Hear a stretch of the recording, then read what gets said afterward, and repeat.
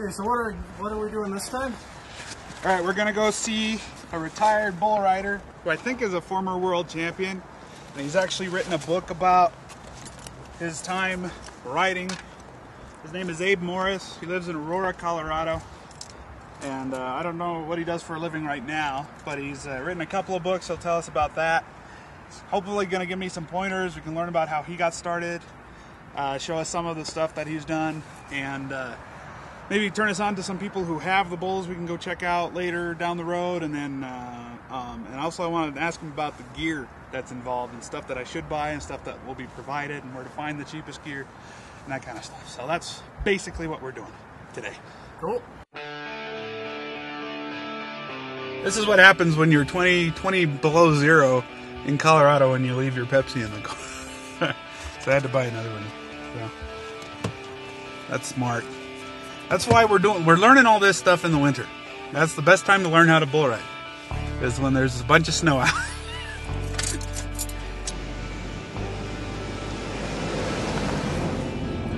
How's Mr. Colorado trading going so far? So far, that's been doing real good. I've been lifting more weights, trying to use that explosive philosophy of Mr. Colorado's, and so that I think I'm doing okay. The concern I have right now is I've put on like 10 pounds since Mr. Colorado, and actually I'm about 20 pounds heavier than my last birthday, but I was drinking a lot at that time, so I think I killed a lot of muscle mass. But so I'm hoping some of it is I've added lean muscle, is what I'm really hoping. But my concern is that I'm adding too much fat, and I haven't been sticking to my diet. I've been concerning myself with protein and how much proteins and such like that, but there's too much bad carbs after 5, not enough cardio. So I'm a little nervous because, the whole point to me doing this right now is that I've been in really good shape, and I'm still in good shape, but, I don't want to start adding fat and then risking getting hurt. I'm not doing this to get hurt. I'm not afraid to get hurt, but I'm not doing it to get hurt. So that's I'm not happy with myself on that regard. But the core stuff, working well. So I think I'll be good there. I think by the time I actually move up to a mechanical bull, start training on a mechanical bull, I think I'll actually be ready. So if this car were to suddenly fly off the road, go rolling down embankment, and explosively jerk you in all kinds of different directions, your muscles would just be okay with that? I would. I think I would be okay with that. I totally know how to recover from it quickly. So it's been a cold ass week, man. It was like 20 below yesterday or the day before, something like that. That's cold. Colorado. People didn't move to Colorado for below 20 weather. I guarantee you that. Whatever reasons they came out to Colorado, they knew they had cold weather. They know they'd probably need some sort of 4-wheel drive for some winter storms. But I know they didn't sign up for no 25 below zero. This is weather that makes Stephen King write novels. One of my editors, he was like at some rodeo event. I can't remember what he was at, and he said that he talked to a guy who was one of the bull riders, and that guy said he's broken every bone in his body at some point during his bull riding. It's awesome. I don't believe every bone. I don't know about every. That's a lot of little finger and wrist bones. I know, right?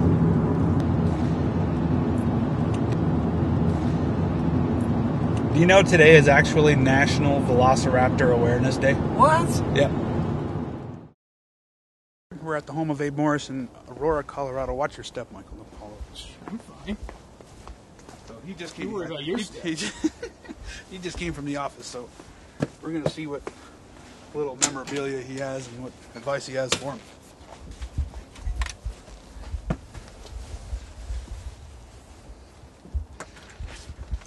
Hey Ben, how you doing? How's it going? Good seeing you again. My cameraman Michael here. Oh, okay. Hey, how you doing? Come on in. I know it's cold out there. I was never a world champion, so okay. Yeah, I'm just small a small person. Well, then I lied a little bit on the video. I already said it. I think he's a world champion. No. That's okay. I was never world champion, so let's get that straight. Okay. I don't want, because my history's out there, and I want to make sure people know what I did. I never made the national finals, and I wasn't a world champion. I went to the circuit finals several times, and I had the talent to go to the national finals rodeo. I just never made it. So, I mean, if you want to put me as far as, if you want to put me with the guys that made the national final, yeah, I was just as good or better than some of the guys that made the final. I just never did. I never made it. So, it's not like I don't know what I'm doing or what I'm talking about. Right. I just never got to that stage in my career. How long did you do it? I started riding calves when I was about 8 years old. And then I started riding junior bulls when I was 10 years old. I stopped doing it at age 38. I'm 54 now. Well, I'm 36. Okay. So you can understand why, if I'm going to do it, I want to do it now. Yeah. So why did you stop at 38? I got hurt. I was at a rodeo in Casper, Wyoming, and I bucked off a bull, and I didn't know where he was. He's mean to start with. And the guy the flank man positioned the bullfighters a long ways from me before the gate came open, because he told them, he said, if this bull sees you, he won't buck. He'll just go find the bullfighter. Right. So they cleared out, and then when I bucked off, they had so much further to get to me that they couldn't help me, and this bull just blasted me and messed up my hip. And they thought I fractured my hip, and they couldn't find any breaks in the x-rays. So I ended up, I limped away from the sport. That's the truth, too. I thought about coming back, and a friend of mine said, it takes a braver man to walk away from the sport than to come back. He says, look, you've already made a name for yourself. You're gone about as far as you're going to go. He said, if you come back and hurt that hip again, you think you're in pain now. You could be in a wheelchair. Oh, yeah. It was bad. I couldn't walk. I'd learn to walk all over again. Wow. Yeah, so think about what you might be getting yourself into. We actually caught Abe on a day where he's got all his stuff out, so that was very convenient to us. Actually, 9 News in Denver actually came out to do a feature on him. So he's got a lot of things, a lot of paraphernalia here, and he's actually got a couple of books that he's written and some things that he's been writing for and things written about him. Why don't you tell us about the books that you have? Let's start there. Okay, tell you about the first book. The first book is titled My Cowboy Hat Still Fits. My personal autobiography of my rodeo career. Okay, but all the while that I was writing that one, I was going through a pretty contentious divorce with my ex-wife and my son, Justin, that she wouldn't let me see him, and the courts didn't care, and fathers have a hard time dealing with the court systems and all that. So my publisher said, you need to write that second book. I've had people actually read this book or read excerpts from the book that told me if I didn't know you personally, I wouldn't believe one word that you're saying. It's that unbelievable. The nice thing about it is I have custody of my son. Wow. So I fought, but I have custody and he lives here with me. Thank you. This one is a book called Western Legends, Yesterday and Today. I'm actually in this. There's a little profile of me. It talks about me as a bull rider, a writer, a freelance writer, and I've written the 2 books. So to be an author, it makes me feel good because, somebody told me years ago, they said, do you realize that when you're dead and gone, those books are going to be on someone's shelves? And I go, wow. So my story's still going to go on. The other thing I do is I write for a newspaper. It's called Humps and Horns Bullriding News. I have a column in this paper. I've been writing for this paper for 8 years now. So every month I have a column. The title of the column is also the title of my book, My Cowboy Hat Still Fits. So that's the things I do. And I also do financial services. I work for Prudential financial services company. I have a securities license, and I market life insurance, annuities, retirement plans. We do estate planning. So anybody are cowboys, ranchers, doesn't matter. Anybody out there looking for some help with their financial needs, please look me up, because I'll be more than happy to just sit down with you, visit with you, no pressure. And if we can help you out, fine. If not, I might shake your hand, walk away, and we call it good. Very cool. How do they get a hold of you? Actually, I have a website. It's called Abe Morris. It's www.abemorris.com. or you can just call the local Prudential office here. Our office is actually in Inglewood, Colorado. It's right next to I-25 and County Line Road. Okay. So if anybody's looking to get a hold of me, go on my website and look me up. You can use my email address, which is hamskaber, H-A-M, like the piece of meat, S-K-A-B-E-R, hamskaber @hotmail.com. This is my old rope here that I used, and it has, this right here is what we call a block. Okay. Okay, and then basically I was right-handed, so what I would do is when I rode, I would actually put my hand into the rope all the way up against the block.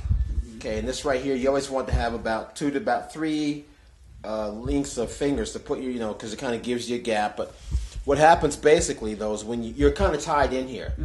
So what you do is a guy pulls the rope, and then when you feel it's snug enough, you'll go ahead and you'll take a wrap. And there's several different ways to take a wrap, and we can kind of go over that. But one way I started taking my wrap, in the beginning I'd take it like this, but what I would find out was a lot of times bulls would jerk it out of your hand. So what I started doing was I'd take the first one across, and I'd put it in front here. And I know it looks weird, but it was actually easier to hold on to. So I would take this one and tuck it in the front. It's kind of weird, but then this right here kind of goes, and this, it's kind of, you have like rosin on here too, so it makes it a little bit sticky. Right. But usually when you sit down on a bull, you'll have a guy pull your rope up, and you'll kind of take your glove and warm it up a little bit, warm up that sticky rosin. You pull it, run this down in the front like that, and then you go around behind your hand, and then I would try to lay this one, the second one, I'd try to lay it on top and go like that. And then when you ride, you try to get as close to your rope as you can. Any daylight between your rope, the bulls are going to use that against you. So you try to actually sit on your hand when you ride. Like you had a pair of boots, and you want a pair of tight boots, so that they aren't loose. These were my boot tie down, so all I would basically do was just right before I would get on, I would just take my tie down. Some guys these have my name on them. That's my nickname, Skaber. Skaber. Yeah, that's my nickname. So your bells always had to be a little color coordinated, so I painted my bells. But Why do you need the bells? the bells are actually mandatory. Okay. Because your bull rope cannot be tied on to your bull. And so all the bells do is serve as a weight. That's it.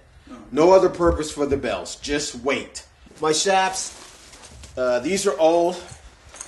They're old, and I haven't used these forever, but usually what they did back in the old days was guys that were out punching cows and stuff were riding through a lot of brush and, getting stuck up by trees and thorns and stuff, so they started wearing shaps. You look naked if you're on a bull with no shaps, really. So guys wear shaps, and it kind of adds a little flop and pop and color to them. But these are my shaps, and everybody wears them. The bronc riders, the bareback riders, and the bull riders all wear a pair of shaps. So if I actually go for a shaft, I'm just trying to follow a tradition. I don't actually need to have them. You don't need shaps. If I were you and you're just going to get on 1 or 2 bulls just to kind of call it, and don't buy a pair of shaps. These things cost probably about $400 now. Okay. I don't even remember what I paid for these, but no, you just borrow somebody's shaps. Because I do have a pair, but they're purely for clubbing. Just because the thing, you don't want to look. You want to You want to look like you're, right. You know what you're doing too. Because other guys will stand back and go, and laugh at you too. So don't buy shaps. Okay. And then the bottom line is, and I'll be honest, unless you're going to seriously pursue bull riding, I wouldn't buy any equipment. Equipment's so expensive. Don't go and spend your money if you're not going to do it for a long time. I'm a pretty big guy. I mean, are there a lot of bull riders my size that I would be able to borrow that kind of that size equipment from? Vest might be a tough one. Yeah. Vests, but they're expensive too. I don't know what a vest costs, so that's why I'm saying I've been out of it so even long. If I can try and find someone to sponsor me by letting me use a vest, that would be cool if you could get one. So. Seriously, I would buy, if I were you, pair of boots. You need some boots. I'm sure you already have boots. I will. Okay. Pair of boots. I wouldn't buy the spurs. I wouldn't buy any of that stuff. Good. I would borrow it all. I really would. Unless you're serious about doing it and doing it for a long period of time. save your money. So then what I need to borrow is, outside of the boots, is rope. A rope, yeah. Borrow a rope. Don't buy a rope. Buy a rope. Borrow a rope. Guys will let you use the rope. Right. So borrow a rope. A glove. You'll get a glove. I wouldn't buy a glove either. This is a glove that I used when I was competing. Back when I was riding, guys would take like a leather thong and just tie their glove on. And it just phases. They go back and forth. But now you'll see guys take their glove like this, and then they'll tape it on. They'll tape their glove on. Okay. It really doesn't matter, but you don't want your glove to move. Right. So you just tie this around the wrist, so it's tight, and get on and go. But yeah, this is actually the glove that I used when I was competing. Right. Now, do you think me being, such a novice, trying to do this for the first time, just the only time, do you think elbow pads, knee pads for me would probably be a good idea? I wouldn't really worry about it. I mean, if you want to wear knee pads underneath, you're fine to do it. But what I would do, you're going to want to wear a vest. Okay. Vests are mandatory. Helmets are optional. Okay.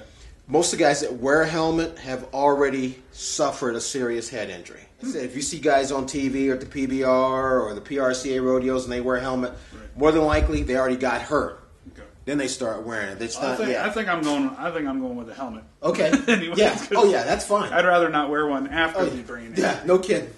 My spurs, I mean, you can look at my spurs, and there's nothing really, different about my spurs except for the rowels.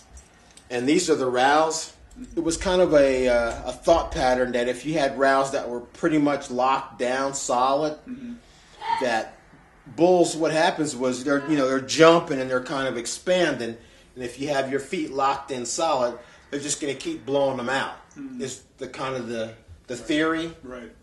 So they say you want to have rowels that give a little, that'll move just a little bit, but you don't want to have loose rowels, because see, when you ride, you're riding and you want to keep your knees up like this, and then you try to turn your toes out so you can kind of grab a little skin that helps to kind of anchor you down like that. The theory says, like, if a bull is bucking and kicking and you have the right position, it doesn't matter if he's going to turn back to the left or turn back to the right.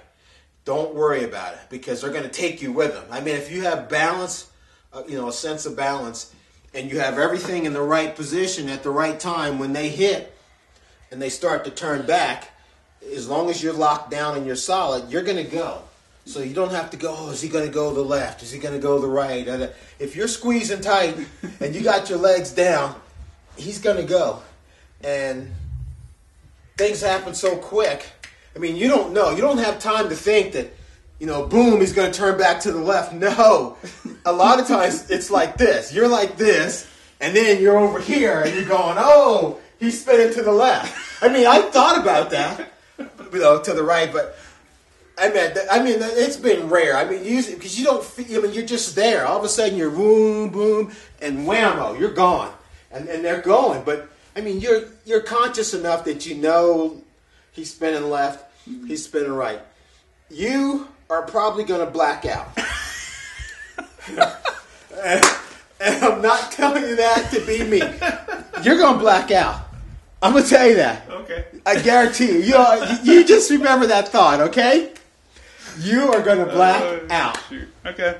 Everybody does. Everybody does. When you first start riding bulls, things happen so fast that you don't know it. Here's what may happen with you. You're going to come back and going to say, Ben, how'd it go? You're going to say, I don't remember anything. I remember nodding. And you will. You'll remember nodding your head.